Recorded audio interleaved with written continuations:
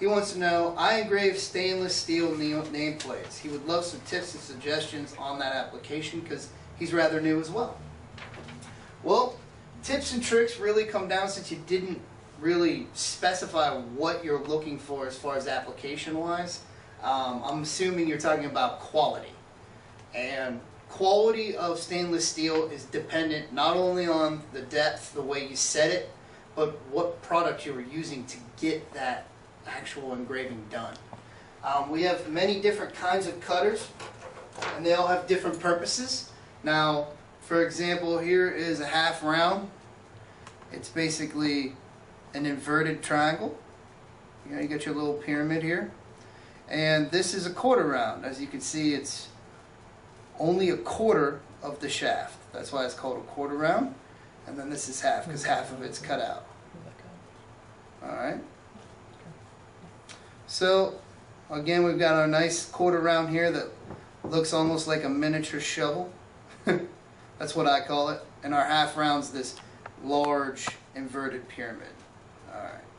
So, a lot of people do the half rounds because they're cheaper. They're typically $20 to $30 cheaper. So they do the half round because they see the cheaper side of, obviously, the application.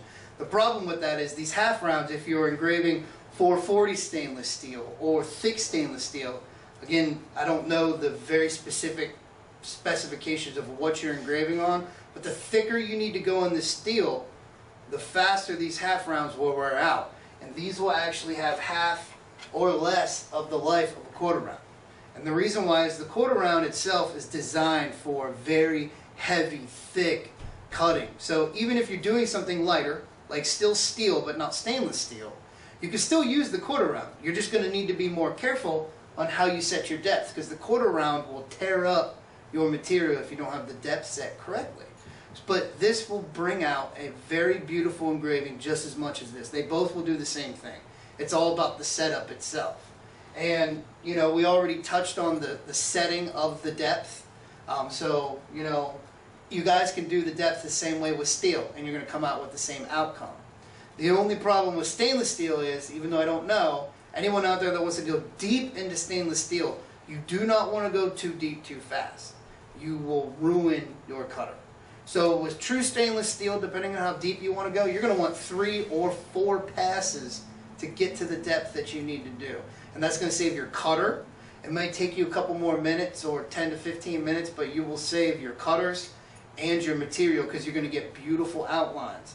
One of the things that not only do we get with calls about the shadowing issue, but we get the outside edges of my engraving look like a child trying to color in a coloring book. What that comes from is going too deep too fast. Also, the depth. It's too deep already at the very beginning. The setup is wrong. So you're either trying to make it go too deep too fast, or the setup is wrong already. Those are the two main issues of how you get little tiny squiggly childlike coloring on the outside of your letters or your images. That's what the issue is. If it's not the setup and you know that you've done it perfectly, then your cutter's bad. The duller this is, the deeper it has to go to achieve the same depth. So as it goes deeper, it gets wider. So instead of getting nice, beautiful, thin, perfect, crisp lines, you've got this very broad half round or quarter round going in there trying to cut a very thin line, which it can't.